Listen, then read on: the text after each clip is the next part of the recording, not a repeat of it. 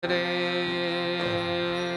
Jaya Girivardhare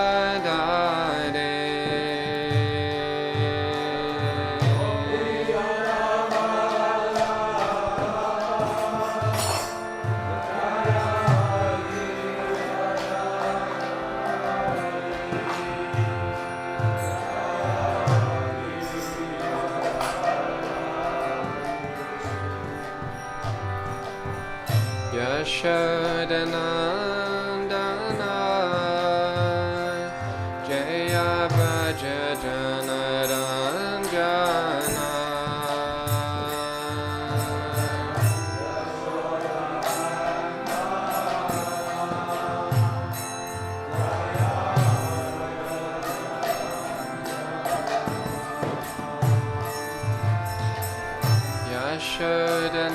Yashodanandana Jaya Bhaja Janaranjana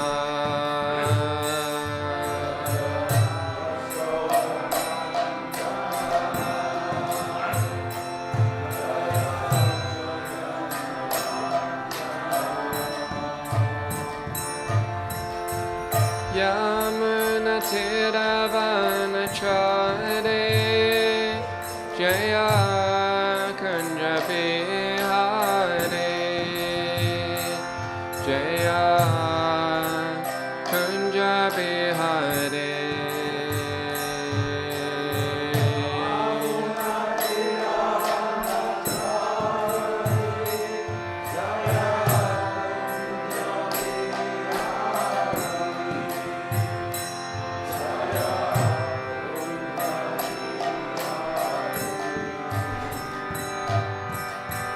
Yamuna Tiravanachare Jaya Kunja Bihare Jaya Kunja Bihare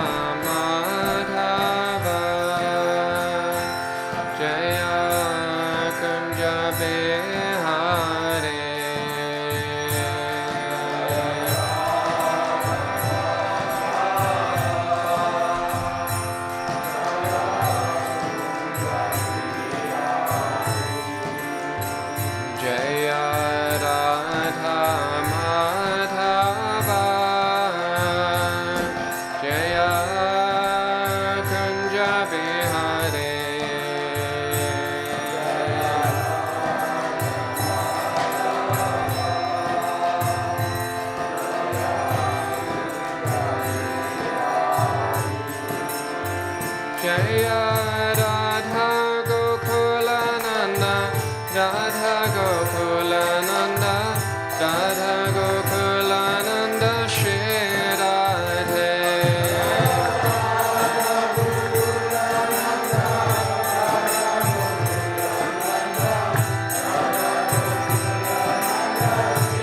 Jaya Jaya Prabhupada Prabhupada Prabhupada Jaya Prabhupada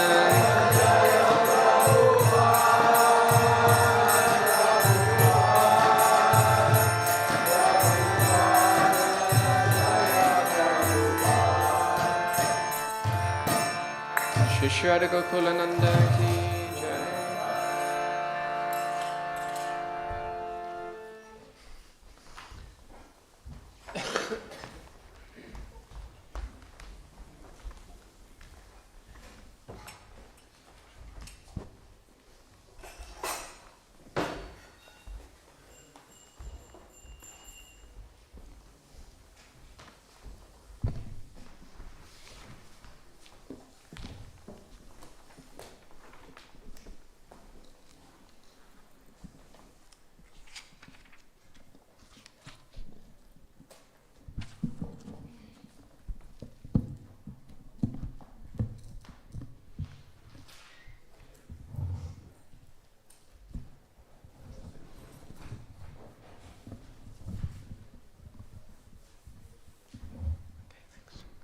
Hare Krishna. Today we're reading from Canto Srimad Bhagavatam, Canto 3, Chapter 3, text number 20. The chapter is entitled The Lord's Pastimes Out of Vrindavan. Om Namo Bhagavate Vasudevaya. Om Namo Bhagavate Vasudevaya. Om Namo Bhagavate Vasudevaya.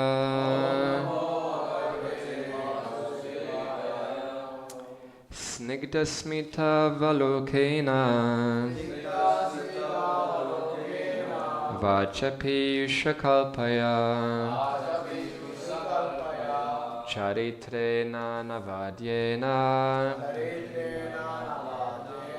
Shri Niketena Chatmana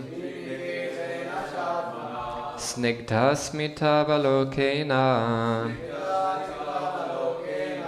Vachapi Yushakalpaya Charitrena Navadyena Shri Niketena Chatmana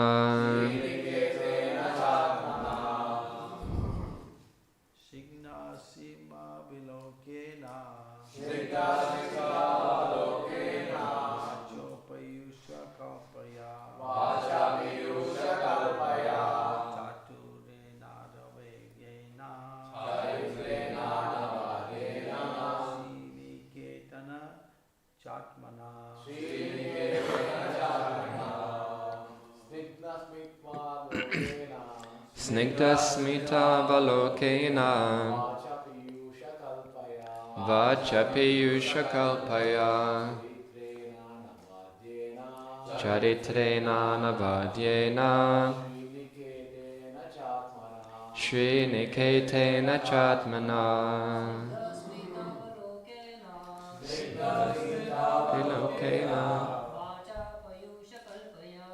Vachapi Yushakalpaya Charitrena Navadyena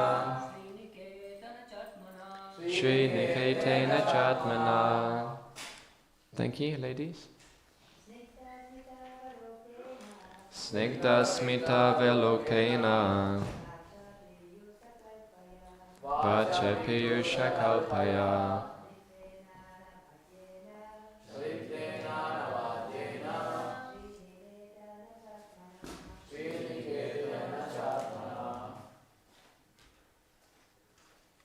Thank you. Word for word translation. Snigdha, gentle.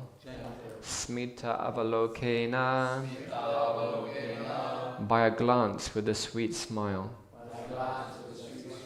Vacha, by words. Piyusha kalpaya, compared to nectar. Charitrena, by character. Anavadyena, without flaw. Shri, fortune. Niketena, residence. Cha, and. Atmana, by his transcendental body. Translation and purport by His Divine Grace A.C. Bhaktivedanta Swami Srila Prabhupada. Srila Prabhupada ki jai. He was there in his transcendental body, the residence of the goddess of fortune, with his usual gentle and sweetly smiling face, his nectarian words and his flawless character. Please repeat after me. He was there in his transcendental body, the residence of the goddess of fortune, with his usual gentle and sweetly smiling face, his nectarian words, and his flawless character. Purport. In the previous verse, it is described that Lord Krishna, being situated in the truths of Sankhya philosophy, is detached from all kinds of matter. In the present verse, it is described that he is the residence of the goddess of fortune. These two things are not at all contradictory. Lord Krishna is detached from the variegatedness of the inferior nature, but he is in eternal blissful enjoyment of the spiritual nature, or his internal potency. One who has a poor fund of knowledge cannot understand this distinction between the external and internal potencies. In Bhagavad Gita, the internal potency is described as the para prakriti.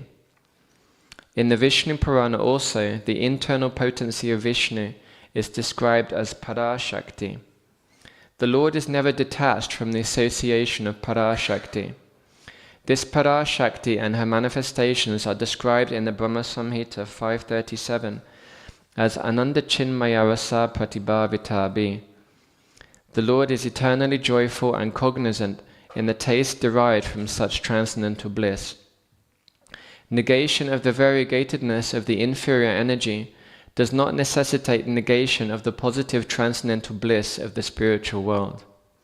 I wonder if somebody who wasn't familiar with Krishna consciousness, how they'd understand that sentence. Probably be like, negation of the variegatedness, I'm just reading it again, negation of the variegatedness of the inferior energy does not necessitate negation of the positive transcendental bliss of the spiritual world. For us it's totally normal, right? But for a non-devotee it would be, what language are they speaking? Therefore the Lord's gentleness, his smile, his character, and everything related to him are all transcendental. Such manifestations of the internal potency are the reality, of which the material shadow is only a temporary representation, from which everyone with proper knowledge must be detached. Om Jnanatimirandasya Jnananjana Shalakaya Chakshurmilitam Jena Tasmai Shri Gurave Namaha. Jai Shri Krishna Chaitanya Prabhu Nityananda Shri Advaita Gadadha Shivasadi Gauda Bhaktavinda. Hare Krishna Krishna Krishna Hare Hare, Hare Rama Rama Rama Hare Hare. So in this verse we're continuing with Uddhava's relaying of Krishna's pastimes that are not in Vrindavan, and he's mentioning Krishna in Dwarka here. And the main point that's being brought up is that in the previous verse it was relayed how Krishna was living according to the Vedic customs. He was situated in detachment and knowledge as recommended by the Sankhya system of philosophy. So Krishna was doing everything properly, following all the religious principles, following the scriptures. And then in this verse it's saying that he's the residence of the goddess of fortune. And Srila Prabhupada is elaborating upon that in the purport and saying that some people may misunderstand this, that they may think, okay, there's a God, he's in control of everything, he's pure, he's moral, so how can it be that he has a wife, or in this instance 16,108 wives? How can that be? There must be, that's some kind of contradiction, and that's some kind of problem in the Krishna conscious philosophy. And Srila Prabhupada goes into describing that and resolving that in the purport. So understanding Krishna is not very easy. Understanding Krishna is not very simple. For us it may seem simple. We just accept that Krishna is the Supreme Personality of Godhead. We should chant his names. We should wear a dhoti. We should worship the deity. All of these things for us it's totally, what else would I do, you know? This is what I do. But for many, many people this is totally bizarre, and there's various logical reasons why they may think that this is incorrect or not the right thing to do. So it's important to understand this, because when we present Krishna consciousness to other people, then we have to deal with those barriers. And And later we'll talk about also that those barriers are still also within us, but especially in terms of presenting Krishna consciousness to others. So some people may, when they hear about Krishna, they may have objections straight away that how can you say that a particular person is God? There's a God, he may be, everything, he's conveniently somewhere distant, so he doesn't interfere with my life too much, but he's set down his rules in scripture that we have to follow. But when you say that somebody specific who was born in this world, who died, who did so many different types of things, how can you say that that person is God? Many people will have many objections to that.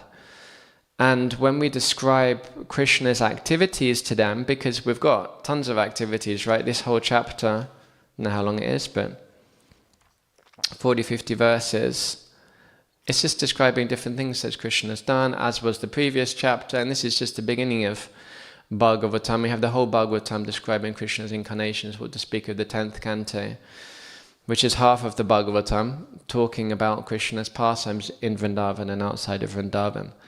So when we talk about what Krishna does, according to our philosophy, everything that Krishna does is totally transcendental. But people wouldn't necessarily accept that. First thing, they wouldn't understand what transcendental means. So we'd have to explain what is spiritual and what is material. But maybe in their language we could say they would not believe that it's pure, that what Krishna does is pure. How can it be pure that Krishna that has a wife or has 16,108 wives? How can it be pure that Krishna is running away on the battlefield from Kalayavana, right? How can it be Krishna is running away on the battlefield? How can it be pure that Krishna is breaking his promise, picking up a chariot wheel to fight with Karna when Arjuna is in trouble?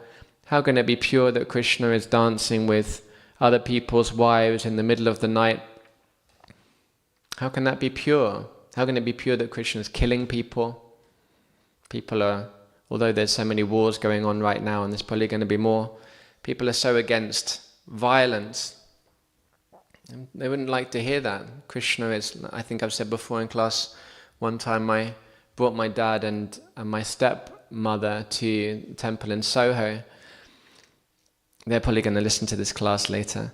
And my stepmother came up to the temple room and she liked everything, thought it was all very nice, but she said, the only thing I don't like is Nrsingadev, the picture of Nrsingadev, the pools of blood on the floor and the person being bifurcated and having his intestines removed, and the half-man, half-lion decorating himself with the intestines. So people don't generally like violence, but Krishna doesn't have so much of a problem within. Krishna gets into a little bit of violence now and again, and beheading people. Anyway, there's quite a lot of violence going on. One time I was distributing books on Covent Garden, and I was distributing Krishna books to mothers so that they could read them to their children. I was saying, you should read this, lots of nice stories, it's spiritual. So one lady, she bought a Krishna book, and then she came back later and she was complaining that it's so violent. I was saying young children love violence, especially young boys. They're not going to read it in Krishna book, they're going to read it somewhere else. They're so into fighting, killing other people. So you should be happy this violence is transcendental. But people find it difficult to understand Krishna. How is it that these things are spiritual? How is it that these things are pure? And especially it can be a problem, Krishna's relationship with the opposite sex.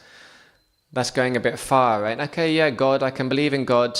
I can go to church every Christmas. I can fit that into my schedule. But God having a relationship with the opposite sex, that's that's going a bit too far.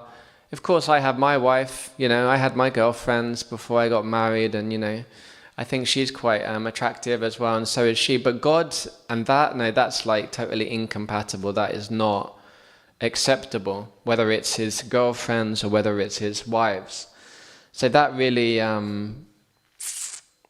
confuses people, upsets people. But there's also different misunderstandings that people have. There's another, maybe someone can clarify with me, I'm not sure exactly who it is. I think they're also, they must be in our Sampradaya as well. Some groups don't accept Brahma Vimohan Lila. Do you know who it is exactly? Madhvacharyas.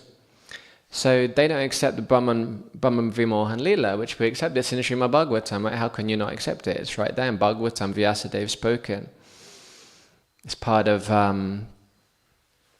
it's an integral part of Srimad Bhagavatam. But they don't accept that. How can it be that Brahma was contaminated and he didn't accept that Krishna was God and Krishna had to humble him, Krishna had to put him in his place? So what to speak of materialists, what to speak of atheists, what to speak of other religions, even some people within our own Sampradaya, they get confused by Krishna. What to speak of some people within our Sampradaya, even the head of our Sampradaya gets confused by Krishna, right? Brahma is thinking, who's this little boy in Vrindavan being muchi, taking other people's food, eating with his left hand, putting his food in their mouth, taking food from their mouth, putting it in his mouth. How can he be God? So even Lord Brahma, who is omniscient on the material platform, he gets confused what to speak of others. I mentioned that other religions, they also have this issue. And this is not a small thing. We're talking about millions and millions of people or billions of people on this planet who are seriously religious. We were preaching in Turkey before when I was living in Hungary. And Turkey is kind of the gateway into the Middle East, but it's still European. But it's an interesting mixture. There's a lot of mosques there. People are seriously Muslim, although the ladies, have their hair down and stuff. They're quite Western, but still, it's a Muslim country. I asked my spiritual master once when we were there in the airport that what benefit do they get for their religious activities, because they are seriously religious. 3 times a day you hear the tannoys from the mosque going off in Istanbul, and everybody goes to the mosques, or some people go to the mosques. And he said they'll get eternal benefit for the religious activities that they're performing when they're worshipping Allah or worshipping God, but they'll also get the reactions for their sinful activities. But one is eternal, one is temporary, so it does outweigh the other, their religious activities.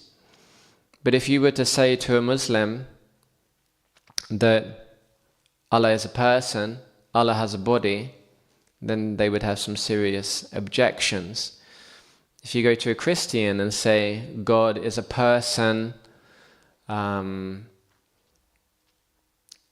that may not be so much of a problem. But if you say he has various activities, and then describe that our scripture describes that they're like that, then they will also have some objections. And it's quite convenient, right? God is there. We have the conception of God. And I'm talking about in the Christian faith, we have a conception of God. He's there, he gives you some security. He gives you some rules and regulations to live by.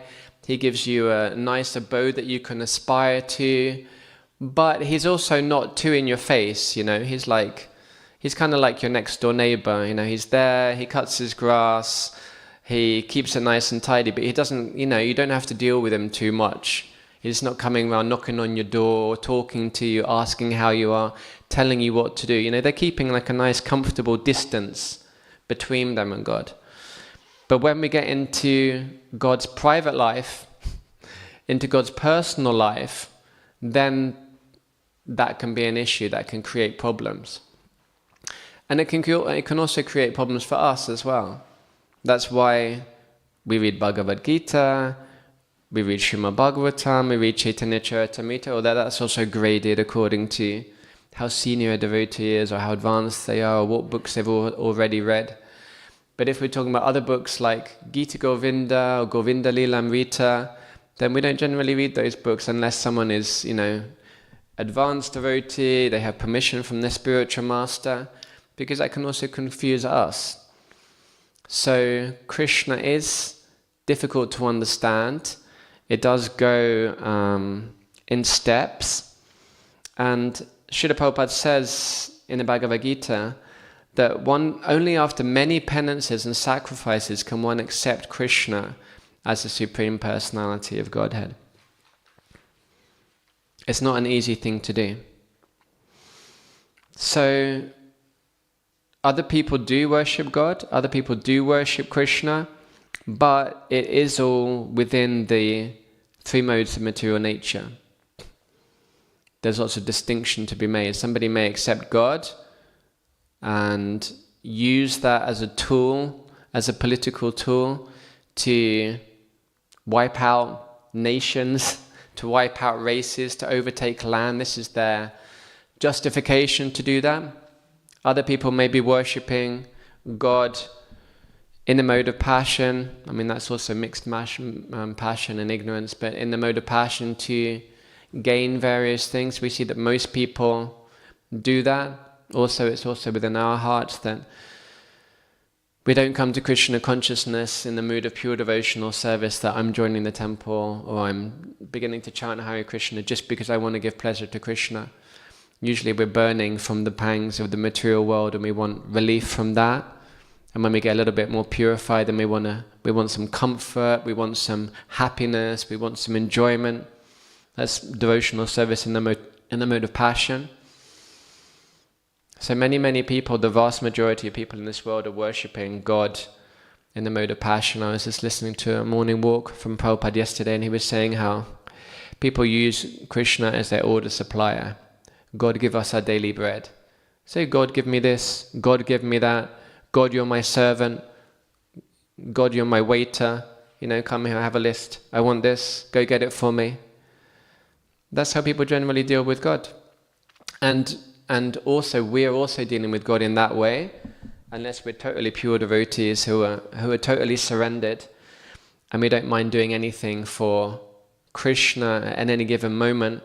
Then we also have those things within our heart. So, Prabhupada's saying here, one who has a poor fund of knowledge cannot understand this distinction between the external and internal potencies. He's saying that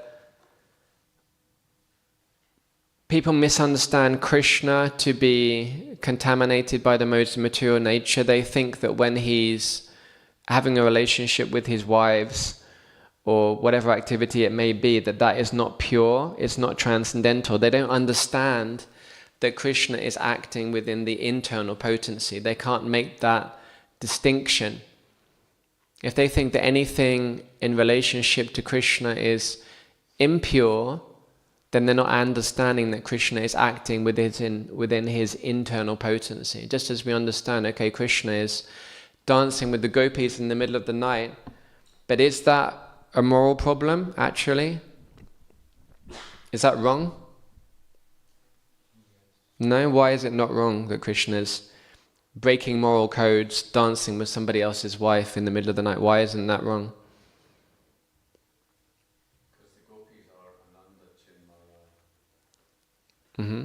They're made of spiritual potency. Yeah, Krishna's dancing with his own potency. That's right. So it's not that they're not somebody else's wives, right? That's actually a misconception. Everything is Krishna's energy. Nothing belongs to anybody else other than to Krishna. So if we're thinking that, if we're not understanding that everything is Krishna's or Krishna's internal potency, Krishna's spiritual energy, then we will misunderstand it. So what is material and what is spiritual? Except for Radha Mohan Prabhu and Govinda Prabhu, I know you know all the answers. And you as well, Tikaram Prabhu, you're also banned. Yeah. Anything material is temporary.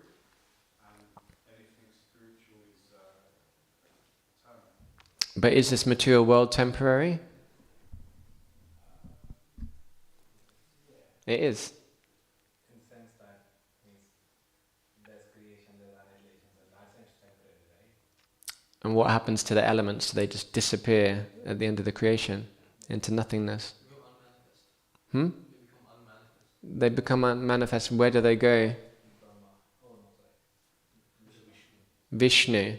So then that material energy just disappears and then we have Vishnu. It becomes unmanifest, right? It means Lord Vishnu inhales, it goes inside him, and he exhales. It goes inside him. Yeah. And then it comes back out again. Yeah, so it's not destroyed then. Yeah, unmanifest. That's the foundation. But then it's not. So is it temporary or it just changes the way that it's manifest? But what does it say in the beginning of Bhagavad Gita? That karma is eternal, right? Doesn't it say? Doesn't it say that? The 5 different elements. Karma can be. I'm not talking about things changing. He said it. He said it. The material energy is temporary, and the spiritual energy is eternal. Actually, the definition, the distinction to be made between material and spiritual is our consciousness. Everything is Krishna's energy. Everything can be engaged in Krishna's service.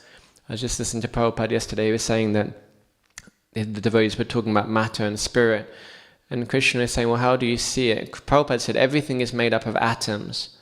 And he said, but then every single atom is Krishna. It's Kashuradakashaya Vishnu. So how can you say it's matter? How can you say it's material? Actually, everything is spiritual. Everything is Krishna's energy. Nothing is contaminated. It's all Krishna's. It's all Krishna. How can it be contaminated? But when we don't see that connection with Krishna, our illusion, that's material consciousness. That's material.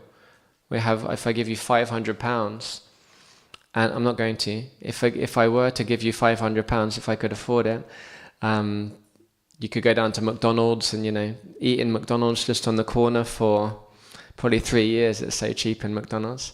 Or you could give a nice donation to Radha Gokulananda, right? The notes are the same, the value is the same, and how are you using it? So the distinction between matter and spirit is actually how are we engaging it, how are we seeing that? Actually everything is Krishna, everything is Krishna's energy. It's illusion to think that something is not connected to Krishna. So people with a poor fund of knowledge, as Prabhupada is saying, cannot understand the distinction between the external and the internal potencies. And they think that Krishna is made of the material energy. That's what Mayavadis are. They think Krishna is Maya. They don't understand that everything that Krishna does is totally pure and transcendental. And the reason people have these misconceptions is they have this anthropomorphic misconception of Krishna. They think, I have my life, I have my wife, I have my money, I have my car.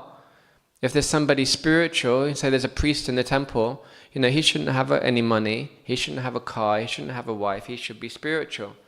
And if there's God, he can't, he's pure, he's spiritual, he's transcendental, he doesn't need a wife or these things. That's wrong. For us it's totally natural. Krishna's got a wife, what to speak of a wife, he's got the gopis. But for people this is a real obstacle, this is a real problem. And the problem is because they're attached to that thing. Their attachment to the opposite sex or their material objects covers their consciousness, and because they think they have an inherent right to that and that they're the enjoyer and they're the controller, then they can't understand that actually it's me who's wrong. It's me who doesn't actually own any of those things. It's me who actually, you do have a right to those things in one sense, but we don't own them. They don't belong to me. It's all Krishna's energy. And it's all based on this wrong conception that I'm this body. So only when one becomes pure of those attachments, only when that knot in the heart is unraveled, is gradually untied, then you can understand that it's Krishna actually who should have the wives. It's Krishna who should have the lovers. It's Krishna who should be rich. It's Krishna who should have all the facilities. And I should be facilitating that. Keshava Bharati Maharaj said once that the closer that you come to Krishna, the greater that you realize he is, and the smaller that you realize you are. Like with the sun. So it's a rare sight in England, but yesterday I did see, it's for a few seconds, some kind of glowing circle in the sky, and then the clouds covered it again. But the sun, we see it, it looks like, size of a 5p piece. If you travel, I don't know how many millions of miles is it to the sun, Radha Mohanpuri? About 93 on average. 93 million miles. Okay. So if you travel a bit closer to the sun, a few million miles, then you realize how much greater it is, how much bigger it is, right? How much hotter it is. The closer you get, the more powerful it is. So Keshava Bharati Maharaj is saying with Krishna, in the same way, the closer you become to Krishna, the closer you get, the smaller you realize that you are in relationship to Krishna, and the bigger that you realize he is, the more humble you become. And as we become more humble, then we realize how great Krishna is. So we do inherently base things on our own conceptions, which is anthropomorphic, but it's impossible to understand Krishna like that. The whole way that people approach things in this world is through logic and their own direct perception, pratyaksha. But when it comes to Krishna, then it fails. It's not going to get you there. Just like, say we've never met devotees before, right? And somebody says to you, okay, give me a conception of God. Okay, we'd say okay, he's pure, he's all-knowing, he's all good. Okay, that's pretty obvious, that's pretty logical. Okay, so now tell me, what does he look like? I mean, kind of a logical understanding of it is that he's old and he's got a beard, right? That kind of makes sense because he's been around a long time. And if somebody said, okay, what kind of clothes should you wear to worship God? I mean, at least me coming from a Western conception, I would never have thought of a dhoti or tilak or a sikha. Just you can't work it out on the material platform, right? It doesn't make sense.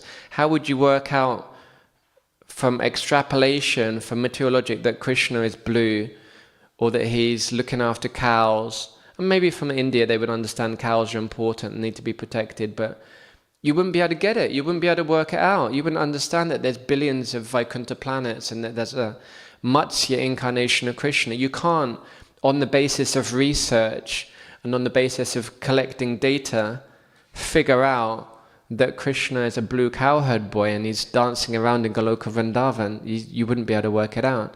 The only way that you can understand it is by hearing from Krishna, by hearing from his representatives, accepting that knowledge that Krishna is giving through the Vedas. That's the only way to develop that understanding and to approach Krishna.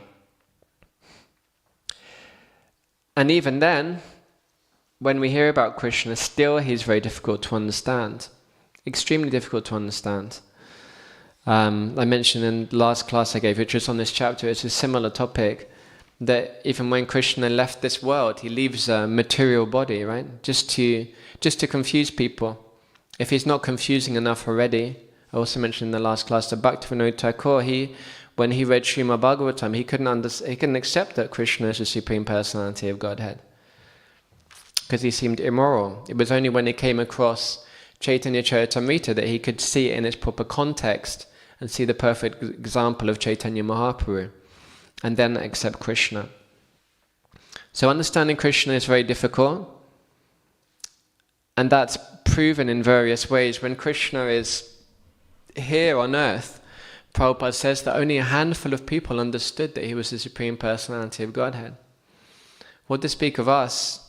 We're here in the middle of nowhere, called Lechmore Heath, and we're trying to understand Krishna. When Krishna was personally here, he comes once in the day of Brahma, when he's performing his activities, when he's displaying his Leela on this earth, nobody can understand who he was.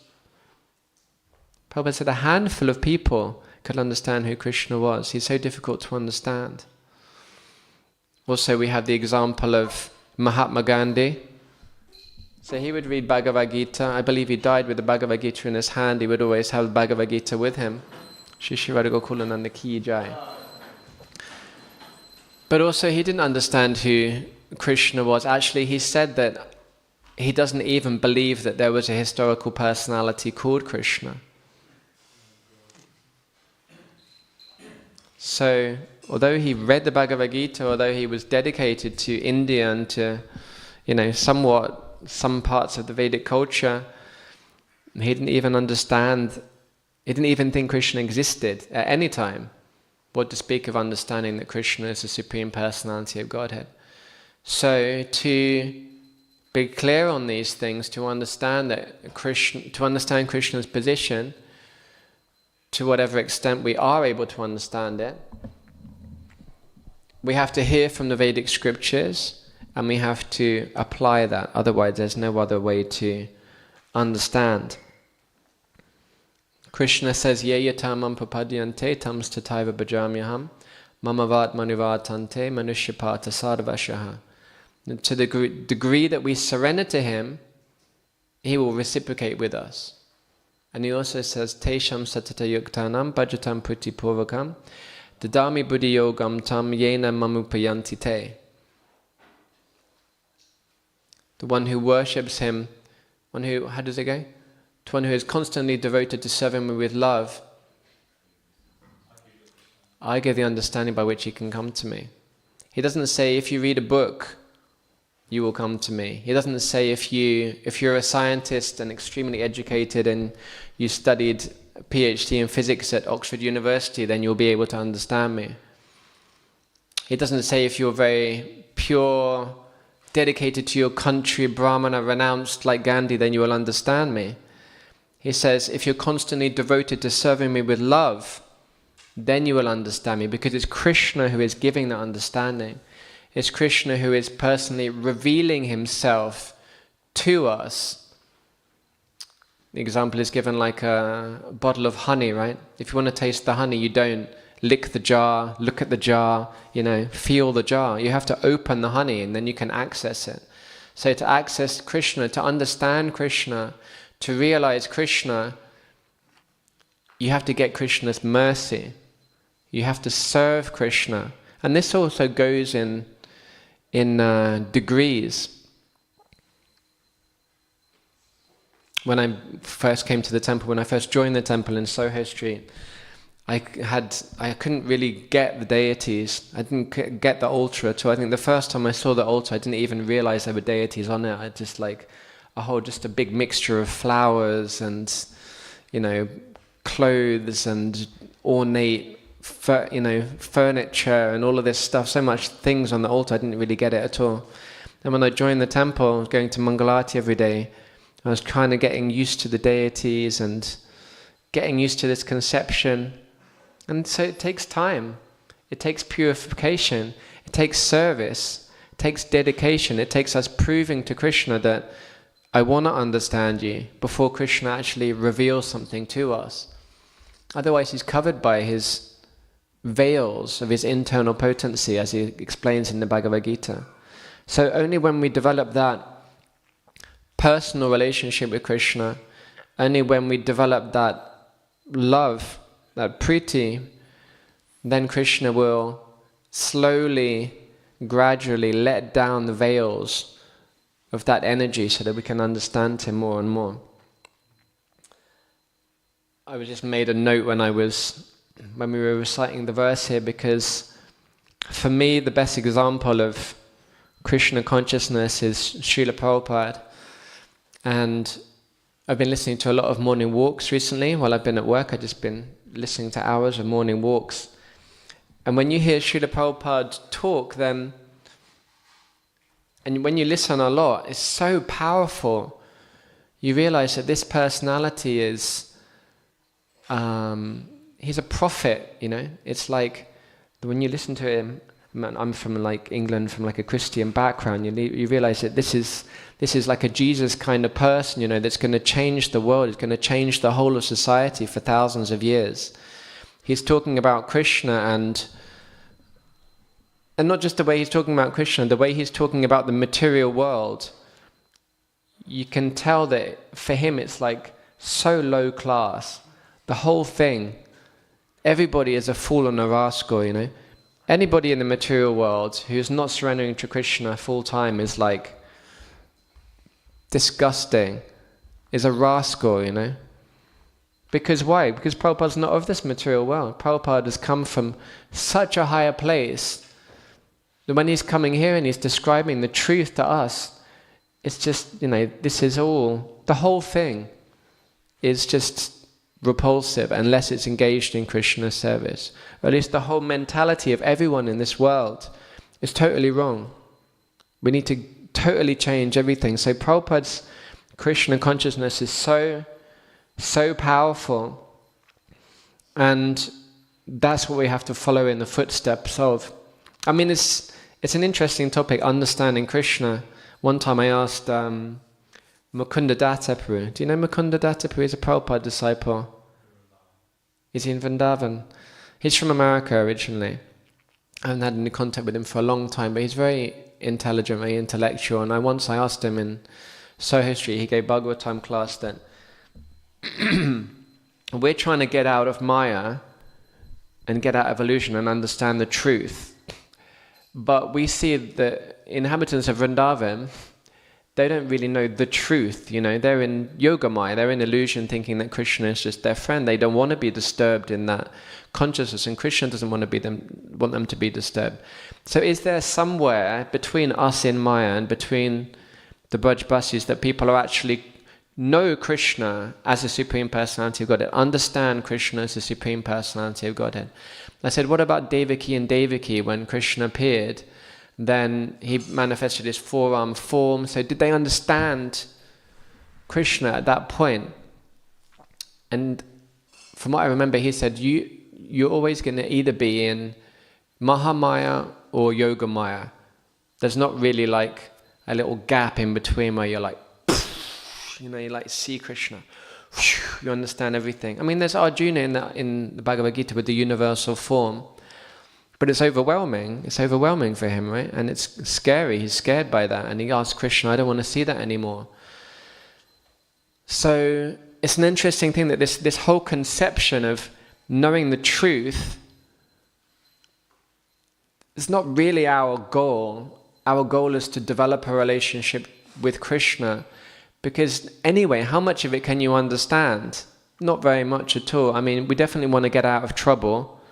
And if Krishna, as Prabhupada says here, the material shadow is only a temporary representation from which everyone with proper knowledge must be detached. So we want to get out of Maya. But how much can you really understand about Krishna? And really, that's not the goal. The goal is to love Krishna. And the goal is to serve Krishna and be absorbed in Krishna and be with Krishna. Just like Prabhupada was saying in one of these morning walks, he was saying that if I just presented to you theoretically that there's a place where you just dance and you eat and you're always happy, then would you be attracted to that? You know, would you think that's a good option? And just the way Prabhupada was saying it was like, you know, he knows that place. Srila Prabhupada knows that place, and that's how he can give it to us. It's not that Srila Prabhupada knows everything in the universe, or he's understanding every potency of Krishna. That's not actually the goal. And the reason Prabhupada can give us Krishna consciousness is because he knows Krishna personally. Like I was listening yesterday to remembrances by Bahulashvara Prabhu. He's a Prabhupada disciple who's passed away now. He was saying he was with Prabhupada once. He was massaging Prabhupada. He was bathing Prabhupada. He was fanning Prabhupada. And one time when he was fanning Prabhupada with a peacock fan, I'm translating it from Hungarian in my mind, Parvato Lejaza. Then a peacock feather fell out, and Prabhupada picked up this peacock feather, and he was stroking it on his face, on his own face. And he was just saying, Govinda, Govinda, Govinda. And Bahulashra Prabhu said that it was so intimate and it was so personal that he felt uncomfortable being there. He felt like he was intruding. He felt like this was some special, intimate exchange between Prabhupada and his friend, his beloved. So Prabhupada can give us Krishna because he loves Krishna, because he has a relationship with Krishna, and because he's come from Krishna. And that's our goal, is to develop some of that love by following Srila Prabhupada's instructions. Otherwise, how can you understand God?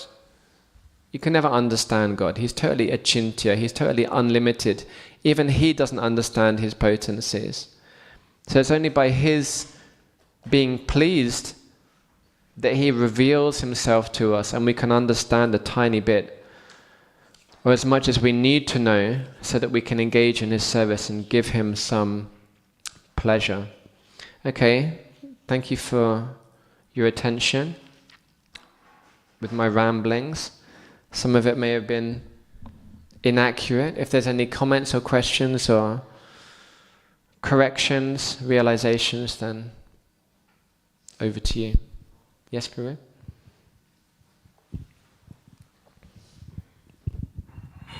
Just one quick question. So Krishna left a body behind after disappearance to confuse people. But when Lord Chaitanya left, he didn't leave. So any specific reason for doing this in one, means in Krishna Leela and not in Chaitanya Leela? It's a different, Lord Chaitanya's in a totally different mood, isn't he? He's not in the mood of the Purusha, the enjoyer. He's in the mood of a devotee. He's not trying to confuse us. Not that Krishna's trying to confuse us, it's just naturally Krishna's nature can be confusing. Lord Chaitanya's keeping it very simple. He's acting as a sannyasi, he's accepting a spiritual master.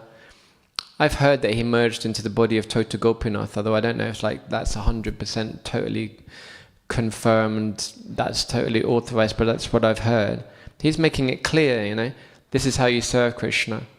So when it says in Chaitanya Charitamrita in the 4th chapter of the Adi Leela that after Krishna had performed his pastimes, he looked down at the material world as like, oh no, nobody could understand me. I'll have to come again and show them by example what it means to worship Krishna. So Lord Chaitanya is clarifying it for us. He's trying to make things clear and understandable. Is that okay? Anybody else? Any other? Yes, David Puri? Thank you, Boo. I was wondering about Lord Brahma in terms of the Vimohan Leela pastime, if he's under the internal potency or the material potency, the Mahamaya or the Yoga Maya. I don't remember hearing that he's under Yoga Maya anywhere. Have you heard that anywhere, Govinda Puri, Srinivas Puri?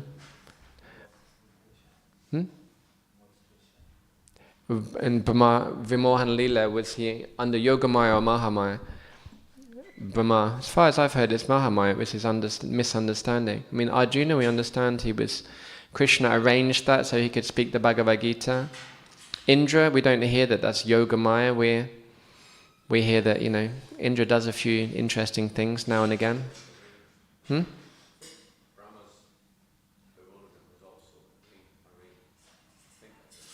Really? I don't remember hearing it. Maybe we could research it and check it out. But also with Brahma, with Vak, his daughter, that was another instance of him. That's even, well, not heavier, but that's pretty heavy. Becoming sexually attracted to your daughter. That's an example of how careful we have to be in the material world. So he does make mistakes, Lord Brahma. One time, one devotee asked Srila Prabhupada that, if Brahma is making these different mistakes, how can he be the head of our sampradaya if he's not pure? And Prabhupada said he's pure enough. He can do his job, he's like looking after the universe.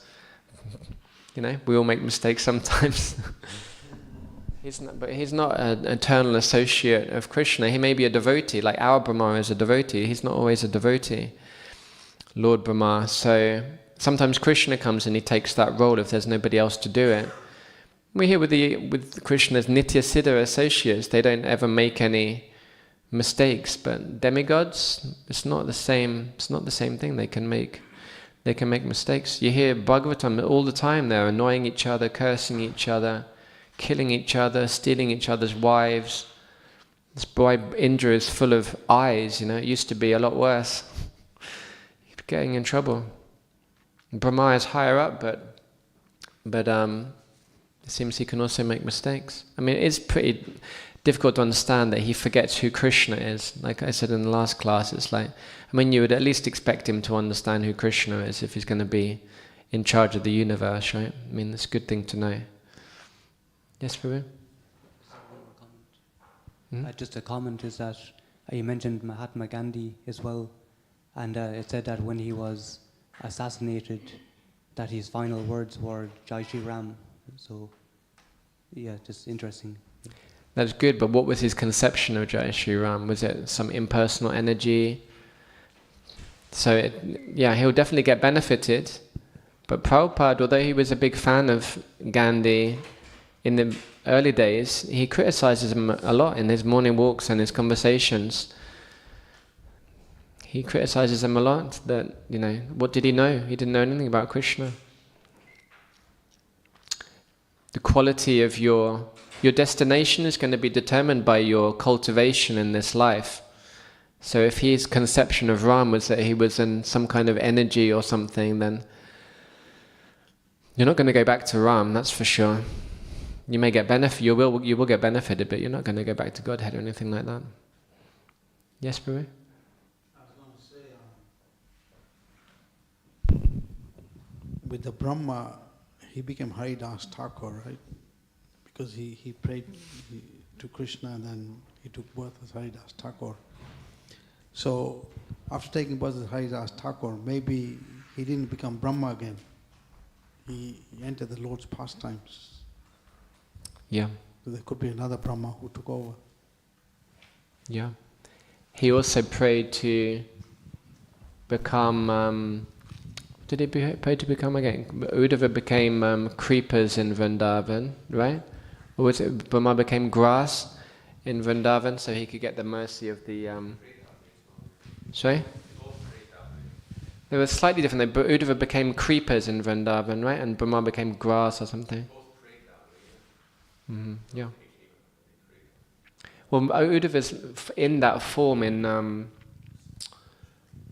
next to Kusum Sarovar. There's a particular place. Yeah. You can tell that's the blade of grass. Yeah, it's right there. There is a particular place where he's supposed to be there. And there's a pastime where he manifested from that when the queens of Dwarka went there and he recited Srimad Bhagavatam to them. So yeah, I mean that's much better. I'd much rather be Haridas Thakur than Lord Brahma.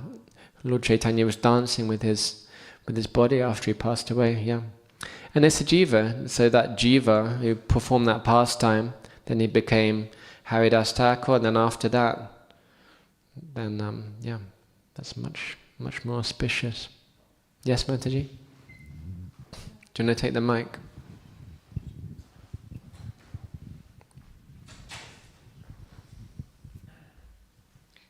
Hare Krishna, thank you for the lesson.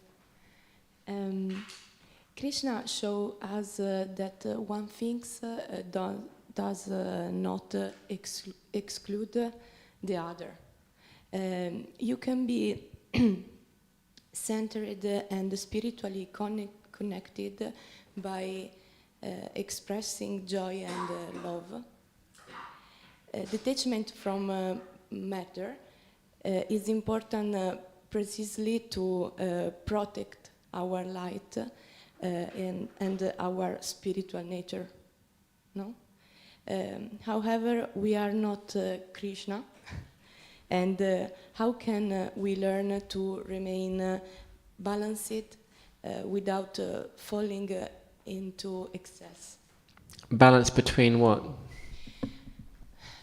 No excess of external and excess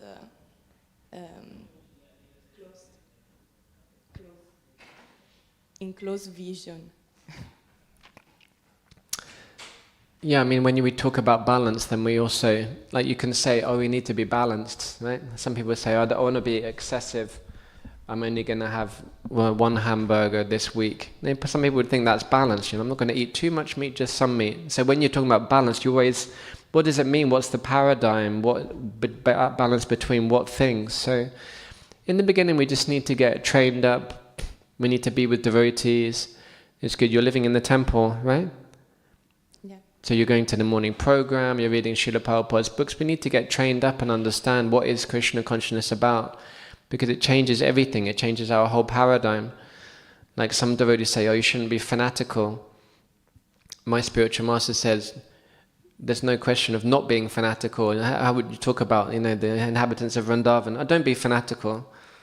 Don't be too Krishna conscious. Do your things as well.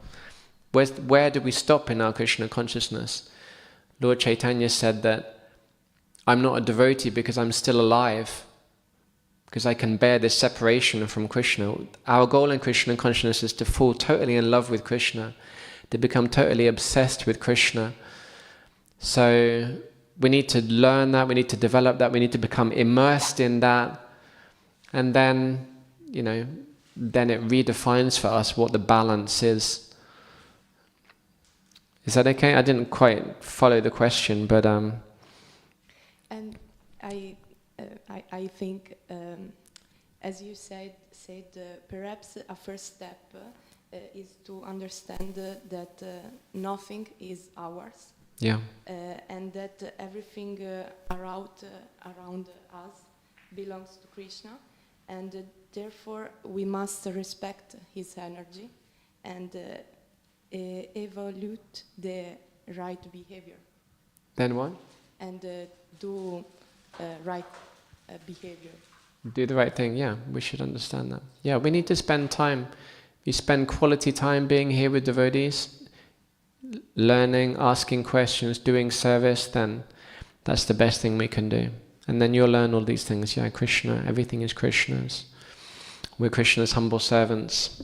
Yeah, everything will be revealed by Krishna's mercy and time.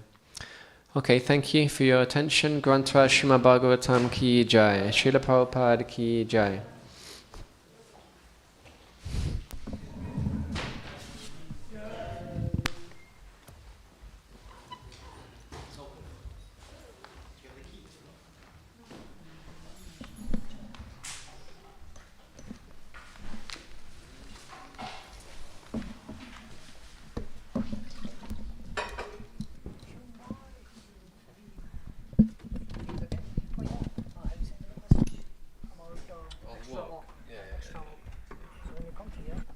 I'll try. Next.